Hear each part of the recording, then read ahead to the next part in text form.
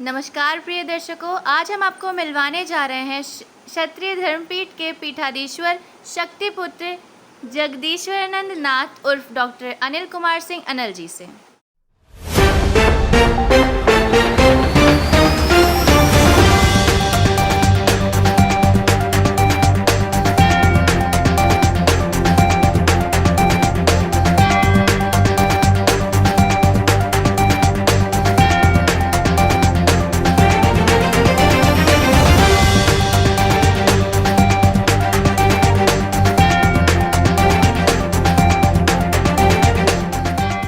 स्वागत है voice news channel पर।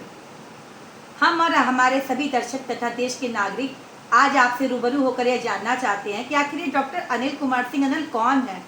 एक अधिवक्ता है, एक समाजसेवी, एक पत्रकार, एक प्रशासक, एक ई इंजीनियर, एक डॉक्टर, एक शिक्षाविद, एक विजनरी राजनीतिज्ञ या फिर एक धर्मगुरु। क्या है आप इन सब में से, ये बताइए। सबसे पहले तो मैं आपका और आपके न्यूज़ चैनल का बहुत बहुत धन्यवाद करता हूँ कि इस भौतिकवाद के युग में आपने जो है वो मुझे अपने चैनल पे अपनी बात रखने का मौका दिया है। ये जो इतने सारे विशेषण आपने मेरे साथ जोड़ दिए हैं, ये मेरे साथ नहीं जुड़ा हुआ है। जो मतलब सिंपली आप कहना चाहें तो डॉक्टर अनिल कुमार सिंह एक आम नागरिक है जिसको प्रकृति ने अपने हिसाब से गढ़ा है, अपने हिसाब से बनाया है और अपने हिसाब से तैयार किया है। मुझे ऐसा ही लगता है, कुछ विशेष नहीं। जब जहाँ जैसी ज़रूरत पड़ी तो स्वभाव के अनुसार मैंने उस चीज़ को सीखा, उसको किया। और यही कारण है कि प्राथमिक तौर पे मेरे माता पिता ने जो शिक्षा दिलाई वो इंजीनियर की थी, परंतु समय के साथ देश के नागरिकों की लड़ाई, उनके हकों की लड़ाई और संविधान की लड़ाई लड़ने के जुनून ने मुझे समाज सेवा से जोड़ा, भाई कैलाश सत्यार्थी स्वामी अग्निवेश से जोड़ा। और उस लड़ाई को लड़ते लड़ते मुझे जो है समाज सेवा के साथ साथ ही आवश्यकता हुई तो हमने जो है कानून पढ़ा। और जब अगल बगल आसपास लोगों को अनेकों बीमारियों से पीड़ित देखा, दुखी देखा, बहुत सारे स्ट्रक्चरल डिजीजेज देखी, तो मुझे ऐसा लगा कि मुझे कुछ मतलब कि ये जो मानव रूपी मशीन है उसके बारे में भी जानना चाहिए। तो उसके कारण मैंने फिर प्रकृति चिकित्सा, ह्यूमन जो मानव शरीर की बनावट है वो तो सभी विधाओं में एक ही जैसी पढ़ाई जाती है, उसकी फंक्शनिंग वैसे ही पढ़ाई जाती है। तो सब पढ़ा, जाना, सुना क्या होता है, कैसे होता है, बीमारियाँ क्यों होती हैं। और कालांतर में ये बात भी समझ में आई कि हमारी स्वास्थ्य व्यवस्था कैसी होनी चाहिए, देश का और समाज का और दुनिया का मैनेजमेंट कैसा होना चाहिए कि एक बीमारियों से मुक्त जो है राष्ट्र बनाया जा सकता है। उसके लिए आपको इसका सबका ज्ञान होना ही चाहिए। समय आया, देखा लोगों को, गरीबों के बच्चों को कलपते हुए देखा, अशिक्षा देखा, उचित तरीके की शिक्षा नहीं देखी तो शिक्षण संस्थानों के बारे में सोचा ताकि उचित शिक्षा दी जाए। एक गिलहरी का प्रयास है मेरा छोटे छोटे कार्यों को करने का। तो मैं बड़े वाले पत्थर तो नहीं उठा सकता, लेकिन छोटे छोटे पत्थर उठाए हैं और प्रकृति ने जो मुझे सिखाया है वो मैंने सामने रखा है। स्वप्न था समस्या मुक्त हिंदुस्तान का, स्वप्न था मैं अपने लोगों के लिए, इस पूरी दुनिया के लिए कुछ कर सकूँ। ईश्वर ने ये पूरी धरती बनाई है बिना भेदभाव से, युक्त एकदम भेदभाव मुक्त धरती बनाई। सारे जीव जंतु, पूरी प्रकृति, नदियाँ, पत्थर, पहाड़ सब एक साथ आपसी सामंजस्य से रहें, लेकिन हमने उन्हें रहने नहीं दिया। इसी कारण से ये हेल्पलाइन स्थापित करनी पड़ी। 24 घंटे में कोई भी कभी भी इस हेल्पलाइन के दरवाजे खटखटा सकती है, अपने समस्या हमारे सामने रख सकता है। और ये मेरा संकल्प है, मेरा कमिटमेंट है। आप मुझसे अपनी बात कहिए, मेरी जितनी सामर्थ्य है उसके साथ मैं आपके साथ खड़ा हूँ आपकी मदद करने के लिए। मदद तो क्या करनी है, मैं आपके साथ खड़ा रहूँगा, आपकी समस्या का समाधान करवाने और करने का प्रयास करूँगा। ये हमारा संकल्प है। और इसके साथ ही जो इस प्रकृति ने जब मुझे बहुत सारी चीज़ों के साथ किया, सेना की पीड़ा को देखते हुए, सेना के तीनों अंगों में जो अव्यवस्था थी उसको सुव्यवस्थित लाइन सिस्टम, जो उनको जब वो बॉर्डर पर लड़ें, जो अपनी ड्यूटी करें तो उन्हें अपने परिवार, समाज, अपनी संपत्ति की चिंता न रहे, इसके लिए कुछ ऐसी व्यवस्था बनाई जाए, ये मेरा एक विजन था और उसको लेकर के हम लोगों ने इसमें काम किया। और बड़ी खुशी की बात है कि आज जो है एक सुव्यवस्थित, संगठित, अच्छी जो है पूरी ऑर्गेनाइजेशन स्थापित है सेना में, जो उनका हेल्पलाइन सिस्टम है, जिसने उनको पूर्ण चिंता मुक्त कर दिया है। उनकी पेंशन, उसकी दूसरी नौकरी, उनके बच्चों की शिक्षा और सभी चीज़ों में वो काम करती है। तो मुझे यकीन है कि ये ऑर्गेनाइजेशन, ये पेड़ जो हमने लगाया है, यह पेड़ जो है वो भारतीय सेना रूपी जो तीनों अंग हैं उसके, वो तीनों को संचित रूप से उनका विकास में और उनको जो है आगे ग्रोथ करने में उनकी मदद करेगी। रहा अध्यात्म की बात, तो यह जो देश है वो ऋषियों, मुनियों और बड़े बड़े जो है रिसर्चर्स का देश रहा है। और हमारे अध्यात्म में इतनी शक्ति है कि लोग मन की गति से जो है गति करते थे। और जब इतना सारा कुछ प्रकृति ने मेरे अंदर डाला, तो उसने जो है मेरे को हाथ पकड़ाया कुछ संतों का जो केदारखंड में है। और उन्होंने मतलब कि ये घटना है कि कैसे एक धर्म में एक जो है गृहस्थ व्यक्ति धर्मपीठ का पीठाधीश्वर बन जाता है। तो जब वहाँ गए, बर्फ़ पड़ रही थी, कोई था नहीं, उस दिन रात को बर्फ़ पड़ गई, चढ़ गए चढ़ाई। तो उन्होंने कहा, मैंने कहा भी कि मैं गृहस्थ हूँ, मैं पीठाधीश्वर नहीं बन सकता हूँ। तो उन्होंने कहा कि इस बार एक गृहस्थ की ही बारी है पीठाधीश बनने की, क्योंकि अध्यात्म केवल घर से बाहर करके तप करने का नाम नहीं है, बल्कि इस संसार में एक बैलेंस बनाने का काम, एक समन्वय बनाने का काम है। प्रकृति का और भौतिकवाद का और अध्यात्म का बैलेंस गड़बड़ हो चुका है, और यह काम करने के लिए प्रकृति ने तुम्हें चुना है। और इसके लिए माँ आदिशक्ति के आदेश से मुझे जो है इस धर्मपीठ का पीठाधीश्वर नियुक्त किया गया है। और यही कारण है कि जैसे जैसे विकास क्रम हुआ है, मैंने आपके सामने अपनी बात रखी है। और मेरा ख्याल है कि अब आप जानते होंगे कि एक साधारण सा व्यक्ति, माँ आदिशक्ति का यह पुत्र जो है, इसमें कोई ऐसी विशेषता नहीं है जितने सारे विशेषणों में आपने कहा है।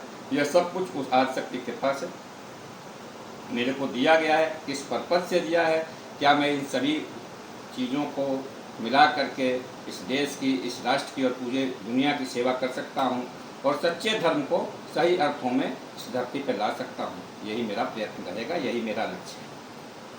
ये बताइए, हम और हमारे दर्शक आपसे इस बारे में और क्षत्रिय धर्मपीठ के बारे में जानना चाहते हैं। कृपया थोड़ा सा हमें समझाएंगे आप, क्या है ये दोनों? देखिए, क्षत्रिय और क्षत्रिय धर्मपीठ, देखिए जो व्यवस्था है आज जो हम पढ़ रहे हैं, जो नैरेटिव सेट किया गया है, जो विश्व व्यवस्था गड़बड़ाई हुई, देख रहे हैं कितने युद्ध चल रहे हैं, निर्दोष प्राणियों की हत्या हो रही है। ये व्यवस्था क्यों गड़बड़ है? हर जगह प्राकृतिक असंतुलन क्यों है? क्योंकि जो प्राकृतिक व्यवस्था है उसमें चाहे वो पेड़ हो, पौधा हो, प्राणी हो, सजीव हो, निर्जीव हो, सबका वर्गीकरण 4 वर्णों में हुआ है: क्षत्रिय, ब्राह्मण, वैश्य और शूद्र। सभी चीजें, जीव, जंतु, विषाणु, कीटाणु, जीवाणु से लेकर के यह समस्त प्रकृति इन 4 वर्णों में बटी हुई है: देव, दानव, मानव, राक्षस। आप इसका उदाहरण देता हूँ कि जब आप जन्म कुंडली बनाइए किसी जातक, उसे किस कुल में जन्म लिया हो तो बात की बात है, लेकिन स्पष्ट बता दूँ तो उस जन्म कुंडली में देखेंगे तो उसका एक वर्ण होता है, वहाँ लिखा होता है क्षत्रिय, वैश्य, शूद्र या ब्राह्मण, और उसी वर्ण के हिसाब से उसका स्वभाव होता है। इतना बड़ा हमारे पास विज्ञान था। क्षत्रिय कौन? सबसे पहले क्षत्रिय कौन है इसको आपको बता दूँ। बहुत सारी भ्रांतियाँ हैं कि क्षत्रिय योद्धा है, क्षत्रिय लाठी चलाने वाला है, धर्म का रक्षक है, क्षत्रिय मारा मारी करने वाला समुदाय है, वो दारू पी के नाच देखने वाला समुदाय है। ऐसा नहीं है। क्षत्रिय का मतलब क्या? जो हम इतिहास को पढ़ते हैं और उसका गहन रिसर्च करते हैं तो पता चलता है कि क्षत्रिय माने व्यवस्था का निर्माता, व्यवस्था का सृजक, जो व्यवस्था का निर्माण करता है, उसकी स्थापना करता है, उसका संचालन करता है और उसका नियंत्रण अपने हाथ में रखता है। अर्थात वो समस्त व्यवस्था को स्थापित करने के बाद सभी लोगों को उनका दायित्व देता है और उन दायित्वों की रक्षा करता है। उन कार्यों को समुचित रूप से चलाने, समझाने और उनको लागू करने का जो कार्य करे वह है क्षत्रिय। जो संपूर्ण व्यवस्था को सुचारू रूप से चलाए, जो प्रकृति को और भौतिकता को और अध्यात्म को एक बैलेंस में लेकर चले, वह है क्षत्रिय। यानी क्षत्रिय कौन है? क्षत्रिय एक सर्जक है व्यवस्था का, आज चूंकि उस सर्जक ने वर्तमान की परिस्थितियों को देखते हुए और दूसरों के महत्वाकांक्षा को देखते हुए अपने अधिकारों से अपने आप को तटस्थ कर लिया, और यही कारण है कि इस देश में या पूरी दुनिया में जो अव्यवस्था, कुव्यवस्था सब नष्ट हो गई है, और सुव्यवस्था का तो नाम ही नहीं हो सकता है। ना कहीं न्याय है, ना कहीं पर शांति है, ना कहीं प्रेम है, ना भाईचारा है, और ना ही किसी के पास एक निश्चित कार्य है। तो यह व्यवस्था की स्थापना जो करेगा वही सच्चा क्षत्रिय होगा। बाकी धर्मपीठ के बारे में बता दें तो यह सनातन धर्मपीठ है, एक ऐसी पीठ, माँ आदि शक्ति की एक ज्योत पीठ है, जिसमें समग्र जीव कुलों, देव दानव मानव और समस्त कुलों की जो है प्राणियों की कुल देवियों की ज्योत समाहित है। यह माँ आदि शक्ति की संयुक्त पीठ है, और यह धर्मपीठ जो जागृत हुई है, इसका मुख्य जो माँ को अपने उसमें आने के लिए, पूरी शक्ति के साथ स्थापित होने के लिए आवश्यकता हुई, ताकि मानवता की रक्षा हो सके। क्योंकि आने वाला समय जो है वो बहुत ही समझ लीजिए कि बहुत ही भयानक है। पूरी दुनिया में हिंसा, हत्या, लूट पाट, अत्याचार के साथ साथ ही देशों के बीच में युद्ध होने वाला है। इस समय मानवता की रक्षा के लिए, प्रकृति की रक्षा के लिए, संसाधनों की रक्षा के लिए और सत्य और सदाचरण की स्थापना के लिए इस पीठ का प्रादुर्भाव हुआ है। और ये बड़ी ही मतलब कि हम सभी को धन्यवाद करना चाहिए कि माँ स्वयं इस पीठ में स्वतः विराजी हैं, और उनको मेरे माध्यम से अपने आप को व्यक्त करके इसके लिए मैं उनका भी और समस्त जो है वो इस ब्रह्मांड की शक्तियों का धन्यवाद करता हूँ कि उन्होंने मुझे इस कार्य के लिए चुना है। क्या आपको लगता है कि आप वास्तव में झूठ, फरेब और अत्याचार से भरी इस दुनिया में सच्चाई, ईमानदारी और सदाचारण की रोशनी को स्थापित कर पाएंगे? मैं ये सब स्थापित करने वाला कौन? मैं इस गलतफहमी में या किसी भी व्यक्ति को इस गलतफहमी में नहीं रहना चाहिए कि वो कुछ भी करता है। करने वाला, कराने वाला, समझने वाला, समझाने वाला वो परब्रह्म है, वो माँ आदि शक्ति है।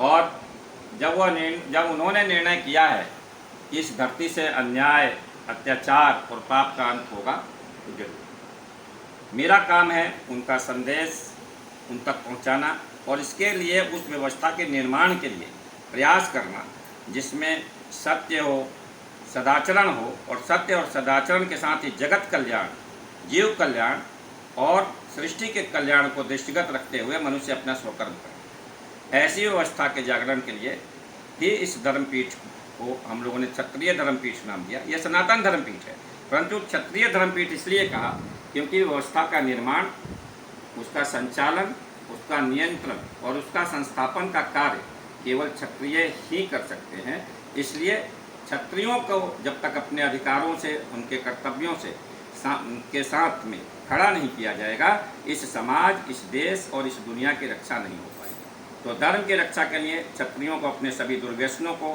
सभी कष्टों को, सभी दुर्विचारों को और अंदर की मलिनता को त्यागना होगा। अपने कर्म को, जो कि उनका धर्म है, उसको समझना होगा और स्वतंत्र रूप से निर्णय लेकर के इस बड़ी व्यवस्था का निर्माण करना होगा।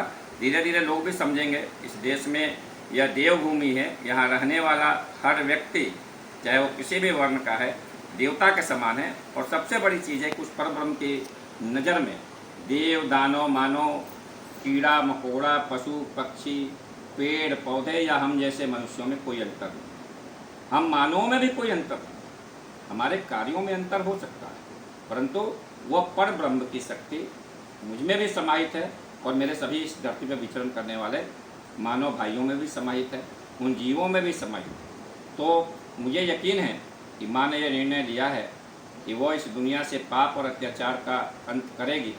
तो वह समय आ गया है जब हम सभी मानवों को एक साथ मिल करके एक दूसरे से प्रेम करते हुए, अपने कर्तव्यों का निर्वहन करते हुए, ईमानदारी से, सच्चाई, ईमानदारी से, सदाचरण माने अच्छा आचरण, माने हम सच बोलें, किसी के प्रति घृणा भाव ना रखें, किसी की बहू बेटी को गलत नज़र से ना देखें, किसी जीव को आकरण सताएं नहीं, और आपस में इतना प्रेम हो कि आपके कष्ट से मुझे रोना आ जाए।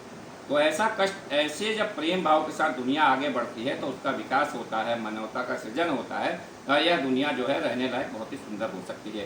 प्रकृति के एक एक अंग से हमें प्रेम होना चाहिए, हमें नदियों के अविरल प्रवाह से प्रेम होना चाहिए, हमें पहाड़ों की प्रकृति छटा से प्रेम होना चाहिए, हमें पेड़ पौधों को की जो है छवि से प्रेम होना चाहिए। हम उनका विनाश ना करें, उनके रक्षण करें। मनुष्य इस दुनिया में सबसे मतलब कि बुद्धि के बल पे सबसे सशक्त प्राणी है। यह इसकी जिम्मेदारी है कि वह प्रकृति और समस्त सृष्टि के साथ साथ अपनी भी रक्षा करे, जो कि बड़ी मुश्किल काम दिख रहा है। मुझे तो दिख रहा है कि भविष्य में जो है वो ये लोग जो भी हजारों लाखों की संख्या में परमाणु अस्त्र शस्त्र मिसाइलें बनाई हैं, उनका ये उपयोग करेंगे और इस दुनिया को नष्ट करने का प्रयास करेंगे। और हमारा प्रयास होगा कि इस दुनिया को प्रेम के बंधन में बांध करके समग्र विश्व को एक जो है देश के रूप में देखें और इस विश्व को जो है कलुषित मानसिकता से हटा करके प्रेम के बंधन में बांध करके एक वैश्विक राष्ट्र, एक विकसित वैश्विक राष्ट्र के रूप में स्थापित करें। और यह कार्य जो है यह धर्मपीठ अपने ऊपर ले चुकी है और इसके लिए हम बहुत सारा कार्य कर रहे हैं। इसकी संरचना थोड़ा सा आपको बता देता हूँ। इस धर्मपीठ में बहुत सारे अनुषंगिक संगठन हैं। जैसे पहला है world Rajput council. World Rajput council जितने भी समाज सेवी संगठन हैं जो क्षत्रियों ने बना रखे हैं हजारों की संख्या में पूरी दुनिया में, उनको इसमें क्षत्रिय संविधान और विधान की शपथ लेते हुए एफिडेविट देना होता है कि हम इसके हिसाब से ही काम करेंगे और मानवता की रक्षा के लिए और लोगों के लोक कल्याण के लिए कार्य करेंगे। दूसरा है अखिल भारतीय राजपूत महापंचायत, जो लोगों के विवादों को उनके घर पर ही सुलझा देती है। किसी कोर्ट कचहरी की जरूरत नहीं है। 10 भाई आराम से पंचायत करके और अच्छी तरीके से जो है सारे कागज पत्र देख करके जो छोटे छोटे विवाद है उनको ख़त्म करा देते हैं। आपसी प्रेम को ख़त्म नहीं होने देते, जो कि आज के डेट में आपसी प्रेम और व्यवहार को ख़त्म होने का बहुत बड़ा कारण बने हुए हैं। इसके अलावा है 24 घंटे चलने वाली वो हेल्पलाइन, जो हिंदुस्तान के सभी नागरिकों को निःशुल्क सेवा प्रदान करती है। किसी को कोई भी पीड़ा हो, कोई भी दुख हो, कोई भी कष्ट हो, इस हेल्पलाइन के माध्यम से अपनी बात को रख सकता है। हम आपका चेहरा है, हम आपका मुख है, हम आपकी बात को उचित अथॉरिटी तक पहुंचाते हैं। जहां भी आपके समस्या का समाधान हो सकता है वहां से हम आपकी समस्या का समाधान करवाते हैं। इसके साथ ही एक जो है एजुकेशन ट्रस्ट है, एक बड़ी बड़ी समाज सेवी संस्था है जो आपको हर कार्य को करती है, आपको रोजी रोजगार उपलब्ध कराती है, आपके लिए शिक्षा, स्वास्थ्य और रोजगार की व्यवस्था करके देती है। यह एक अल्टरनेटिव सिस्टम धर्मपीठ ने डेवलप किया है। एक गृहस्थ को अगर आप इसका भार देते हैं तो इसके साथ ही ज्योत पीठ की अंश पीठ जगह जगह स्थापित होगी गुरु दीक्षा के समय में, और उस अंश पीठ की स्थापना के साथ ही वहाँ माँ आदिशक्ति की जो है सकारात्मक ऊर्जा भी प्रवाहित होगी। और इसके साथ ही जो भौतिकवाद है, जो अच्छे विचार है, जो प्रेमपूर्ण विचार हैं, जो रोजी रोजगार, शिक्षा, स्वास्थ्य आदि के कार्य है, वो भी साथ में होंगे। लोग खुद करेंगे और उसमें किसी का इंटरफेरेंस नहीं रहेगा। क्या शक्तिपुत्र जगदीश्वरानंद नाथ और डॉक्टर अनिल कुमार सिंह अनल दोनों में अंतर्द्वंद नहीं होता? अंतर्द्वंद कैसा? शक्तिपुत्र अनिल कुमार सिंह अनल एक ऐसे कार्य के लिए संस्थापित है, समर्पित है। इस दुनिया को कष्टों से मुक्ति दिलाना, इस दुनिया को भय, भूख, अत्याचार से और गरीबी से मुक्ति दिलाना, इस दुनिया में समभाव का समावेश करना और प्रत्येक मनुष्य के, प्रत्येक जीव की आंखों से आंसू पोंछ करके, चाहे वो प्रकृति प्रदत्त नदी हो, पहाड़ हो, पेड़ हो, मनुष्य हो या कोई भी यूनिट हो, उसकी आंखों का आंसू पूछ करके और उसको न्याय देना, उसके प्रति न्याय वाली व्यवस्था स्थापित करना और उसका रक्षण करना, ये संकल्प है डॉक्टर अनिल कुमार सिंह। और इस धरती से पाप, अत्याचार, अन्याय, दुराचार और दुराचारी इन सब का विनाश करना और धर्म की स्थापना करना, यह लक्ष्य है शक्तिपुत्र जगदीश्वरानंद नाथ। अब यह दोनों एक दूसरे के पूरक हो गए। एक जो गृहस्थ और भौतिक व्यवस्था का संस्थापक, निर्माता और संचालक, और एक वह जो इस धरती से अधर्म, अन्याय, पाप और अत्याचार को विनाश करके और वहाँ पे धर्म की स्थापना करे। धर्म माने क्या? सत्य और सदाचरण के साथ जगत कल्याण, जीव कल्याण और सृष्टि कल्याण को दृष्टिगत रखते हुए स्वकर्म करना ही धर्म है, बाकी कोई चीज धर्म नहीं। किसी भी समय पे जो है वो यह धर्म नहीं हो सकता। पूजा पाठ कर्म कांड किसी भी पंथ में हो, यह धर्म का भाग नहीं है। क्योंकि अगर यह धर्म होता तो रावण जैसा प्रखर विद्वान और कर्म कांडी इस धरती पे कोई हुआ नहीं, परंतु वो धर्मात्मा नहीं था, वो पापाचारी पापात्मा था। इसलिए ये सब चीज़ें धर्म का हिस्सा नहीं है। हमें यह जान लेना चाहिए, इस समस्त मानव सभ्यता को जान लेना चाहिए कि सच्चाई, ईमानदारी, प्रेम और आपसी सामंजस्य से, अच्छे आचरण के साथ, सदाचरण के साथ एक दूसरे से मिल करके अपने कार्यों का, अपने कर्तव्यों, अपने स्वकर्म का निर्वहन ही हमारा धर्म है। यही धर्म है, यही मानव धर्म है, यही सनातन है और यही समस्त धर्मों का भाव है, सभी पंथों का भाव है, जिसमें कोई अंतर नहीं है। और यही उस परमात्मा का जो है वो आदेश है कि यहाँ पे मानव और समस्त जीवों को किस प्रकार से रहना चाहिए। उन्हें अपना धर्म पालन, उनका अपना कर्तव्य का पालन धर्म समझ के करना चाहिए। तो अब कर्तव्य पालन का भाव लाना, मानवों को उनको सही पथ को दिखाना, यह एक आध्यात्मिक धर्म गुरु का कार्य है। यह कार्य मुझे करना चाहिए। हमें धर्म को परिभाषित करना चाहिए और उस धर्म को परिभाषित करके उनको मन में बैठाना चाहिए, ताकि इस दुनिया में किसी भी प्रकार का राग द्वेष, भेदभाव, जात पात, धर्म भेद, शक भेद, कोई भेद न रह जाए। यह हमें करना होगा। और इस देश के सभी लोगों को, इस दुनिया के सभी मानवों को जो बेसिक कम्युनिटीज़ है, जो जीवन की मूलभूत आवश्यकताएं हैं, वो उपलब्ध करानी होंगी, ताकि उन्हें इस बात की चिंता न रहे कि मेरे पास रहने को घर नहीं है, मेरा भोजन कहाँ से आएगा, मैं अच्छी शिक्षा कहाँ से ग्रहण करूँगा, मैं जो है वो बीमार होऊंगा तो मेरी इलाज कहाँ से होगा। इन सब चिंताओं से पूर्ण मुक्ति। सबको अपना कर्तव्य करना है, लेकिन चिंतित भाव से नहीं, चिंतन भाव से। जब हम चिंतन करने लगते हैं, जब अपना कर्तव्य समझ करके किसी कार्य को करते हैं, तो फिर वो भय, भूख, अत्याचार और पेट की दुखों से नहीं होता। फिर वो कर्तव्य सारी दुनिया को सुखी बनाने का, सबको प्रेम से, सबके प्रति अपनी जिम्मेदारियों का निर्वहन करते हुए जो व्यक्ति अपना कर्तव्य करता है, वही असली में धर्मात्मा है। सबको सुखी बनाने के उद्देश्य से, सबके रक्षण के भाव से जो कार्य करता है, वही व्यक्ति धर्मात्मा है। इसमें किसी जात, किसी धर्म, किसी पंथ की कोई बात नहीं है। वो किसी भी प्रकार से अपने ईश्वर की पूजा करे, उसमें किसी का कोई हस्तक्षेप नहीं होना चाहिए। और कौन है कोई किसी को बताने वाला कि आप किस प्रकार से जो है अपने इष्ट, अपने उस परमेश्वर की आराधना करें, जिसकी मर्जी जैसे करे। और कोई अगर जबरदस्ती किसी को किसी पंथ पर धकेलता है, वो महापापी, महा अत्याचारी है, दुराचारी है, और उसका नष्ट हो जाना ही अति आवश्यक।